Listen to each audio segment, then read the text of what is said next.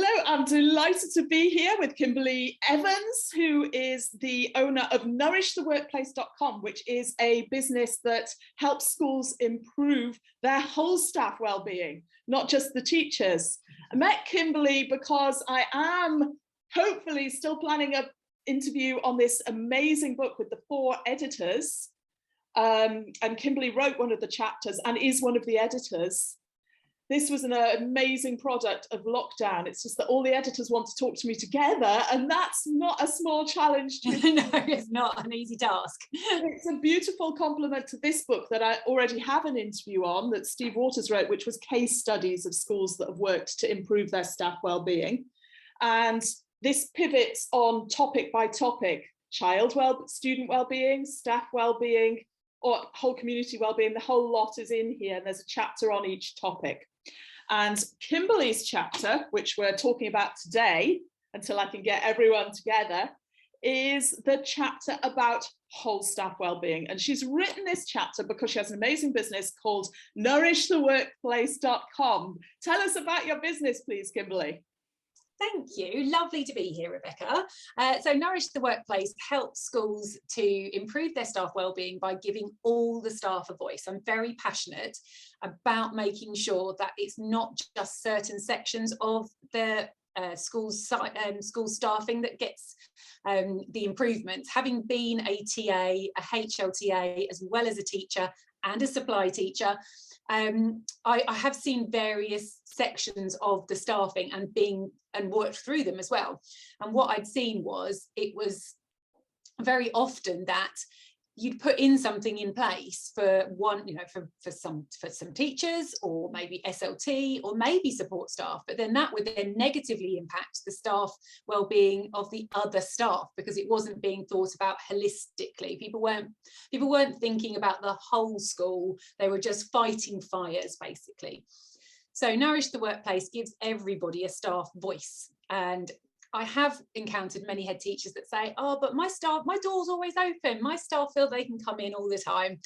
But unless you've got an anonymous survey, which is what mine is, there is still things that you really won't say to your head. You're not likely, well, unless you work in a beautiful environment, which is very, very pastorally led.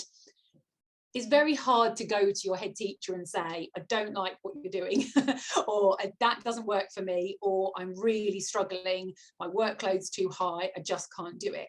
But if you give people an anonymous survey, then they have their voice, they can have their platform, they get their chance to speak. But it also gives them a chance to say what's working really well. And I get many, many responses of people saying, we love that we've changed Monday briefing to a Wednesday briefing, or we love it when so-and-so comes in to visit and brings us the cakes and the biscuits, or we really appreciate the fact that you've put in water coolers around the school.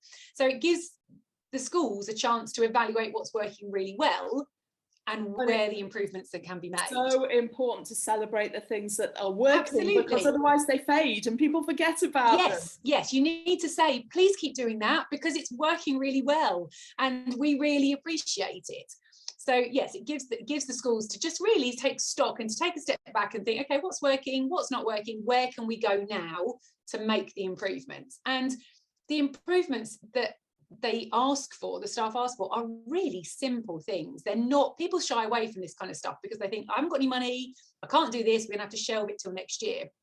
And I would encourage everyone to not think like that, because actually so many things can be changed with no money whatsoever. It's, yes, you've got to pay me to sort that out, but that's minimal compared to the massive positive impact you would have by doing it. Because sometimes, give us some examples of things that sometimes all it is, it takes, didn't cost much. there needs to be more teaspoons in the staff room, because every time I go to the staff room, there's never any teaspoons to make a cup of tea. Go to Poundland, spend £2 and buy 20 teaspoons, and you'll make the staff a lot happier. It could be moving a morning briefing from one day to the next. It could be shifting a morning briefing time from 8 o'clock to 8:10, because then that allows people to drop their children off at nursery and still get into school. It could be, all of those kind of things. It could be feeding back that the lunchtime just isn't long enough for me to be able to do certain things because I'm over the other side of the school.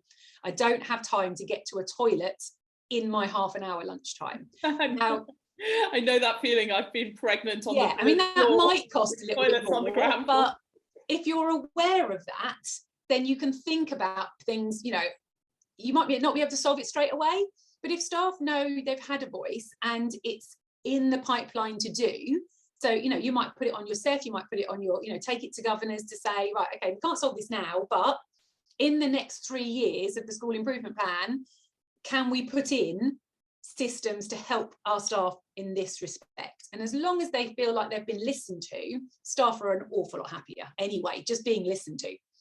So can I just clarify, with nourishtheworkplace.com, your business, do you offer schools the use of an online survey that goes to all teaching staff, assistant teaching staff, office staff, caretakers, cleaners, catering staff? Who else is there? Yeah, so as long as they're employed by the school, so we don't tend to send it out to like the catering and the cleaning staff if they're employed by a different employer, because it is an employability kind of survey. It's 28 questions, you know, and it covers workload, happiness at work, whether or not they're enjoying their job, if there's a career progression, you know, those kind of things. So if they're paid on school payroll, they get the survey. And you then analyse that and send the results back to the school in a heavily anonymised way that protects. Absolutely, yeah, very anonymous. You cannot, and that's the other thing, is a lot of staff will say, schools will say that they're doing their own staff surveys, but staff say to me, if it's a Google form, I don't fill it in, because I know they can tell what my school email address is attached to that that Google Docs. Or if we have to do it while we're in school, I'm worried that they'll know what my IP number is. So there's reluctance there, whereas it's completely anonymous. It comes through me. I never know their names. I don't know who they are. And so the school will then get the data. I analyse the data. You get the average for the data. You get the range as well. As a mathematician, you'll appreciate this. I think it's really important that if you say to somebody that it's an 8 out of 10 score, you know, for instance, one question is, I enjoy my job, 8 out of 10. But if the range is 1 to 10, then actually it's really important that the school understand that there's one person or 2 people, depends on how big the staffing is, that clicked 1. And that 1 value is actually really important, that there's somebody out there that really isn't very happy. And it gives the head the option to say, look, I know it showed up that there are some people who are really unhappy. Please come and talk to me. Yeah, absolutely. Yeah. That person or those few people are really important. And as much as you can't change the entire workplace for those 2 people, for instance, being aware that there are people that are that unhappy and how unhappy they are, because I gave them, sometimes the range is 4 to 10, sometimes it's 5 to 10. So there you get a guide of, you know, roughly how people are feeling. But then you also get all the comments, and that's where the gold is. It's not just a data thing. Kimberley. Yeah. Well done for what you've developed. So thank you. Yeah. So, and that's they give the staff, then give the school everything they need to know, because they say what they feel. And thank you also for your contribution to this book, which I loved reading and I think has massive potential for schools. And I can't wait to come back and interview you again when you're with the other 3 editors and we can really get into all aspects of this. I would say my final thing, in a school I've been working in recently, there are 3 posters in all the staff toilets about self-wellbeing and about communicating with people and how to do it. It captures those discussions, but leaves them where people are actually going to read them when they need them. Yeah, absolutely. Yeah, really, I really would clever. like to add something myself to the interviews, and it would be that, because I feel so reassured. I'm not upset just now. I don't need help from school, but it just makes me feel like someone cares and the door that is always open. Yeah, and where to go and who to speak to, because sometimes you don't know who to go and speak to about certain things, do you? Okay, so hopefully we'll be back soon as a group of 5, 4 editors and me, as soon as everyone, well, if we can only manage 3 of you, I think we should go for that. But awesome. Thank you for your time. Excellent. Yep, excellent. See you soon. Thank you.